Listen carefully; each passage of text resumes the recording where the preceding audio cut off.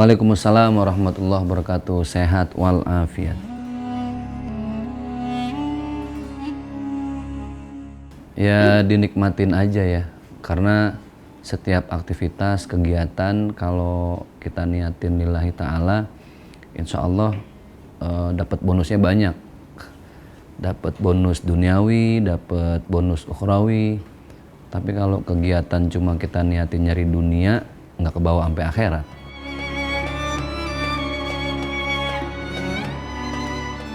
Prepare Ramadan, terus 1 tahun ini saya banyak fokus concern di wakaf Al-Quran, karena dari sekian tahun saya banyak bergerak di kegiatan sosial kemanusiaan.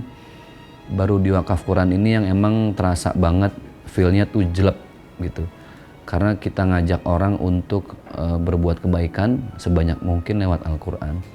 Dan betul, artinya saya udah ngerasain langsung, barang siapa yang memuliakan Al-Quran maka hidupnya akan dimudahkan, diberkahkan, diberi banyak kemudahan oleh Allah Subhanahu wa Ta'ala.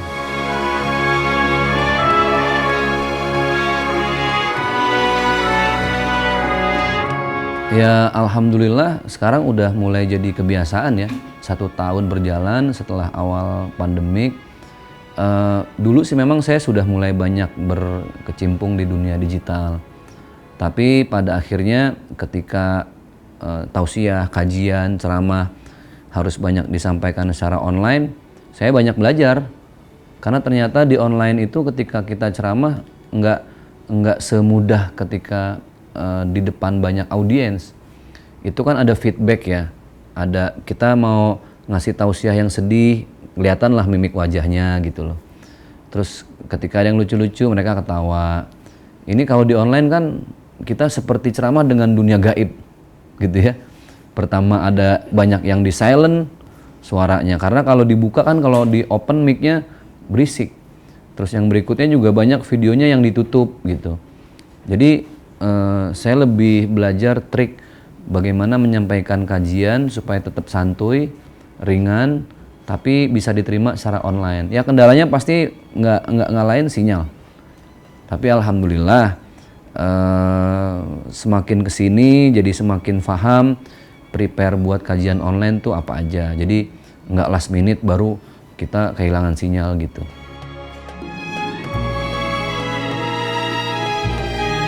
Menurut saya gini, ketika sekarang banyak orang yang sudah nggak malu ya, ketika dia posting atau dia show off dengan hal-hal yang bersifat negatif. Jelas-jelas itu maksiat, misalnya mengumbar aurat gitu kan, terus bercampur baur antara laki-laki dan wanita. Itu satu hal yang bahkan sudah menjadi lumrah deh di digital. Nah makanya saya selalu ngajak teman-teman untuk meramaikan digital dengan posting kebaikan-kebaikan sekecil apapun gitu. Jadi bukan cuma kewajiban ustadz, bukan cuma kewajiban kiai dan habaib. Seringan apapun, semudah apapun, kalau di situ ada nilai dakwah sampaikan. Jangan malu, jangan gengsi, jangan rendah diri. Saya dulu pernah bikin konten judulnya Baperan, bahas perkara kehidupan. Itu untuk menyentuh segmen-segmen milenial. Itu ceramah monolog kayak gini lah. 1 menit, 2 menit saya posting di IG, di YouTube. Tapi 2 hari naik, itu yang nonton cuma 150 viewersnya. Saat yang bersamaan ada anak kecil itu review cupang, ketika posting itu 1 jam 2 jam yang lihat jutaan. Wah parah ini. Ya begitulah dunia digital gitu loh. Terus nggak lama lagi ada yang lebih gokil lagi nih. Ada yang posting cuma diem 2 jam depan kamera, nggak ngapa-ngapain, ditonton 3 jam itu lebih dari 2 juta juga. Wah ini yang gila siapa nih gitu kan. Berarti dunia digital ini kita harus tahu pangsa pasar. Kalau ceramah-ceramah kajian monolog kan memang alhamdulillah sudah banyak digarap guru kita ya. Ustadz Abdul Somad, Ustadz Adi Hidayat, Ustadz Hanan Ataki. Akhirnya saya bikin dakwah-dakwah yang santuy. Dakwah-dakwah yang memang ngasih kesempatan orang lain buat menebar kebaikan gitu loh. Dengan apa? Contoh, ketika banyak teman-teman yang punya UMKM minta di endorse nih. Ya udah yuk, saya naikin di Instastory saya. Tapi tetap di situ saya sisipin supaya follower saya paham kalau urusan makanan tuh tetap harus halalan thayyibah gitu. Sisipan-sisipan nilai dakwah itulah yang sebenarnya nggak boleh kita tinggal di dunia digital supaya dakwah terus bisa mewarnai sosmed.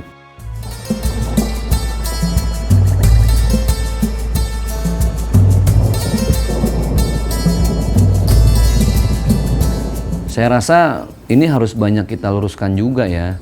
Jangan nanti terkesan Islam itu ekstrim. Islam itu penuh dengan nilai kejahatan kemanusiaan. Padahal nggak seperti itu Islam. What is the real Islam? Islam sejati itu adalah ketika kita bisa saling mendamaikan, saling mengerti, saling merangkul. Karena seperti itulah yang disampaikan oleh Allah Subhanahu wa taala. A'udzubillahi minasyaitonirrajim. Wa ja'alnakum syu'uban wa qabaila lita'arafu. Ini 14 abad yang lalu loh. Apa firman Allah? Kami menciptakan kalian ini bersuku-suku, berbangsa, beda bahasa, beda tradisi, beda budaya, bahkan beda agama. Tujuannya satu, lita'arafu. Untuk saling menyempurnakan, untuk saling mengisi, bukan untuk saling ngebully. Apalagi sampai menjahati orang lain, merugikan orang lain. Jadi menurut saya Islam itu tidak bisa difahami dari satu sisi. Islam itu rahmatan lil alamin. Islam itu adalah ketika kita peduli terhadap tetangga yang susah. Islam itu adalah ketika sholat kita membuahkan hati yang peka sehingga kita mampu memuliakan tamu. Itu Islam. Jadi Islam bukan hanya sekedar bagaimana sholat kita benar, diterima, urusan diterima atau enggak urusan Allah. Tapi bagaimana sholat itu mampu membentuk pribadi kita yang lebih berakhlak dan beradab. Itu yang belum bisa diterima. Orang belajar Islam tuh cuman kulitnya doang, dia tidak mengerti sejarah Rasulullah, sehingga seakan-akan orang yang beda agama itu bukan bagian dari kita. Artinya bukan bagian dari nilai kemanusiaan. Kan hidup ini berdampingan ya. Ada toleransi antar umat seagama, ada toleransi antar umat beragama gitu loh. Ada yang namanya ukhuwah Islamiyah. Ukhuwah Islamiyah itu hubungan baik terhadap sesama umat muslim. Ada yang namanya ukhuwah basyariyah. Ukhuwah basyariyah itu hubungan baik kita dengan sesama manusia, siapapun. Nah ini yang perlu ditegaskan. Jangan sampai konten-konten semakin liar sehingga mengesankan Islam itu agama yang keras, agama yang harus disebarkan dengan kejahatan, merugikan orang lain. Enggak, itu tidak dicontohkan oleh Rasulullah sama sekali. Rasulullah itu dakwahnya bisa diterima karena Rasul bisa mendamaikan. Wali Songo di tanah Jawa bisa menyebar Islam sampai detik ini karena dakwahnya menyejukkan. Jadi sekali lagi, konten-konten yang mengesankan framing bahwa Islam itu adalah benci dengan orang non-muslim, saya rasa itu salah besar. Orang itu ketika dia kosong, tidak ada dasar yang kuat, tidak punya pondasi yang mantap, kemudian dia belajar Islam, pada akhirnya tergantung siapa yang memberi pemahaman Islam kepada orang tersebut. Dia seperti kacamata. Kita memandang Islam itu seperti kita menggunakan kacamata. Tergantung warna kacanya apa. Kalau warna kacanya merah, semua ikut merah tuh. Kalau Islam dikesankan jahat, apapun perilaku orang akan terkesan jahat. Kalau kacamatanya itu warna hijau, semua jadi hijau. Kita kan kalau pakai kacamata, kacanya warna hijau, itu buah yang matang aja jadi mentah kan. Begitulah Islam. Jadi pakailah kaca yang bening supaya merah tetap merah, hijau tetap hijau. Artinya apa? Objektif. Islam itu harus dikaji dari semua sisi, ya tauhid, ya fikih, ya muamalah. Jadi Islam itu tidak bisa seolah-olah kalau Anda tidak seiman dengan saya, Anda layak untuk mati. Itu salah besar. Dan itu tidak dicontohkan oleh Rasulullah. Rasulullah itu merangkul siapapun. Rasul bisa hidup berdampingan di kota Madinah dengan masyarakat Yahudi, dengan orang-orang Nasrani, dengan orang-orang Majusi, bisa hidup berdampingan. Makanya disebut dengan civil society, masyarakat madani. Nah semua itu disepakati dalam satu bentuk piagam namanya Piagam Madinah. Ini yang perlu orang pelajari. Anak muda itu ngeri gitu loh. Dia saking semangatnya, bablas. Jadi seakan-akan jihad itu ya ketika membunuh orang-orang non-muslim. Enggak. Padahal kita ngebantu orang tua di rumah dagang nasi uduk itu udah jihad. Kita belajar di sekolah serius dapat prestasi itu udah jihad. Jadi otak mereka tuh disempitin bahwa yang namanya pemilu, demokrasi, pemerintah itu tauhid lah. Sesuatu yang harus dibantai. Jadi ini salah. Kenapa saya mengambil segmen dakwah santuy itu? Supaya orang lebih merasakan kedamaian ketika mendengar dakwah. Menyejukkan ketika dengar tausiah. Tidak menjustifikasi, orang merasa tenang gitu. Wah, kalau ngomongin Islam di Indonesia nih, subhanallah lah ya. Kenapa Aceh dibilang Serambi Mekah? Karena memang ada 4 ulama di antara 9 wali songo yang memang berasal dari Aceh masuk ke tanah Jawa. Nah, mereka itu masuk tidak membumi hanguskan tradisi, ya, tidak menghilangkan budaya, tapi mereka melihat bagaimana Rasulullah mencontohkan dakwah ketika di Mekah dan Madinah. Itu mereka aplikasikan di tanah Jawa. Ada satu tradisi di Jawa itu namanya sekaten. Padahal asli kalimatnya dari bahasa Arab yaitu syahadatain. Karena orang Jawa itu nggak bisa bilang huruf H. Makanya kenapa dia bilang Al-Fatihah, Al-Fatihah. Dia tidak bisa bilang huruf Ain. Kenapa ketika dia bilang lil alamin jadi lil ngalamin. Itu dialek. Dan itu sesuatu yang menurut saya bukan cacat dan celah. Itu sebuah keberagaman yang harus mempersatukan kita dalam satu payung Pancasila, Bhinneka Tunggal Ika. Nah, ada lagi dulu ketika orang mau masuk nonton wayang kulit, karena wayang kulit ini kan tradisi mendarah daging dari agama Hindu. Oleh Wali Songo yang mau nonton wayang kulit harus masuk satu pintu. Pintu itu disebut dengan Gofuro. Nah, orang Jawa nggak bisa bilang Gofuro, dibilanglah Gapura yang sekarang kita kenal. Jadi menurut saya asimilasi ini menjadi satu pintu masuk para ulama yang begitu indah. Nah, saya sangat bangga dengan Islam di Indonesia karena kita disatukan walaupun beda agama dengan Pancasila. Yang semua negara tidak punya anugerah yang paling indah dari Allah ini dalam bentuk Pancasila. Bayangkan ketuhanan yang Maha Esa. Warga Indonesia harus berketuhanan dan itu harus Maha Esa. Tapi jangan hanya bertuhan saja, tapi harus jadi kemanusiaan yang adil dan beradab. Dia harus punya akhlak. Orang itu jangan sholat tapi nggak peduli kebersihan. Orang jangan sholat tapi hobinya gibah, ngomongin tetangga yang lakinya nggak pulang-pulang. Nah kan gitu. Tapi bagaimana dengan sholat ini sosial kita menjadi lebih baik.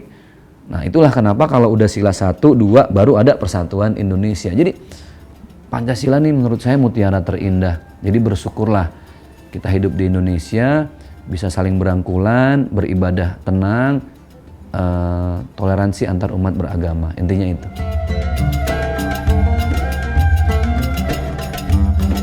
Dalam Islam jelas ya, Islam ini betul-betul satu konsep yang sempurna. Semua tata cara hidup sudah diatur oleh Allah dan dicontohkan oleh Rasulullah serta para sahabat bagaimana menyikapi keseharian kita beraktivitas. Misalnya saja dalam hal memuliakan tamu, kemudian memuliakan tetangga. Ini hal-hal yang perlu kita garis bawahi bahwa sebenarnya kalau sudah urusan ibadah jelas kok, lakum dinukum waliyadin. Agamamu, agamamu. Agamaku, agamaku. Saya muslim, sholat di masjid. Anda Nasrani, saudara saya, silahkan ibadah di gereja. Jangan paksa saya untuk saya ibadah di gereja. Saya tidak boleh maksa Anda masuk ke masjid.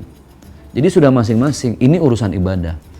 Tapi ingat, kalau sudah urusan muamalah, kita harus saling berangkulan. Kita hidup di bawah langit yang sama, kita melestarikan bumi yang sama. Jadi kadang saya bingung, kenapa sih manusia itu kadang ego, padahal kita sudah punya platform bernegara, berbangsa yang nggak semua negara punya gitu loh. Bayangkan bagaimana Muslim di Kazakhstan, di Uzbekistan, mereka dibantai, dicaci maki, dihina umat Muslimnya gitu kan, atau di tempat lain sebaliknya umat Nasrani juga dihinakan. bagaimana dulu Nazi sangat benci dengan orang-orang Yahudi. Saya kadang bingung, itulah fungsinya agama. Jadi inna dina indallahil Islam. Kata Allah, agama yang paling sempurna konteks keimanan, tauhid dan sosialnya agama Islam. Semua sudah diatur gitu.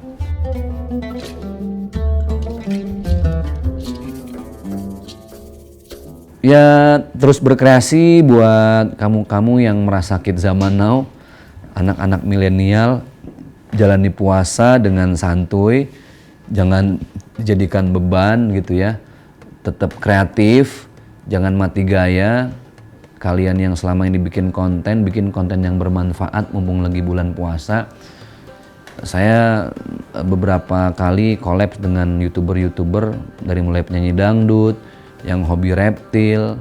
Saya justru suka dengan dunia mereka karena menurut saya ketika saya berdakwah di masjid, rata-rata yang datang ke masjid ya orang-orang baik gitu ya. Rata-rata yang datang ke majelis taklim yang orang-orang yang memang sholatnya udah rajin. Tapi bagaimana dakwah ini bisa sampai ke dunia lain? Nah itu maksudnya bukan dunia gaib, tapi dunia yang orang masih alergi dengan dakwah. Nggak apa-apa kita masuk, tapi dengan bahasa mereka, dengan bahasa sahabat, bukan bahasa antara guru dengan murid, terasa berat. Tapi kalau kita as a friend, bergaul, bersahabat, kita masuk dari hobi, dari kesukaan. Ketika sudah jadi sahabat, masa iya nasihat dari seorang sahabat nggak didengar gitu.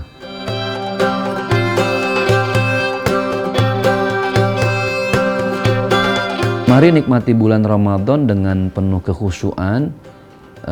Perbanyak berbagi karena pasti dilipat gandakan oleh Allah segala kebaikan kita. Jangankan di bulan Ramadan ya, bulan yang penuh dengan kemuliaan. Kita berbagi di bulan luar Ramadan saja sudah dimuliakan sama Allah, apalagi di bulan Ramadan. Dan bulan Ramadan ini adalah bulan di mana kita harus banyak mengevaluasi diri, introspeksi diri. Kadang orang itu harus lapar dulu kalau mau tahu diri. Orang itu harus haus dulu kalau dia mengevaluasi diri. Karena posisi kita kalau udah kenyang itu yang ada boro-boro evaluasi diri. Yang ada ngantuk, bawaannya nggak boleh nyender dikit udah tidur. Sengaja Allah nitipin, bahkan mewajibkan. Kamu harus lapar, kamu harus haus supaya kamu bisa introspeksi diri. Karena lapar dan haus itu kan sebuah rasa yang dititipkan oleh Allah. Jadi mari sama-sama kita nikmati rasa itu. Dan kita jadi lebih semangat lagi untuk mengintrospeksi diri. Karena itulah cara Allah untuk memberikan peluang selama 1 bulan penuh. Selama ini kita lebih banyak ngoreksi orang, lebih banyak ngebully orang. Tapi di bulan puasa ini coba deh bully diri sendiri. Coba deh kepoin diri sendiri. Coba kamu julid sama diri sendiri. Itu sebuah kenikmatan yang gak bisa dibeli dengan uang sebanyak apapun. Hasibu anfusakum qabla an tuhasabu. Introspeksi diri sebelum nanti di padang mahsyar diri kita diintrospeksi oleh Allah Subhanahu wa taala.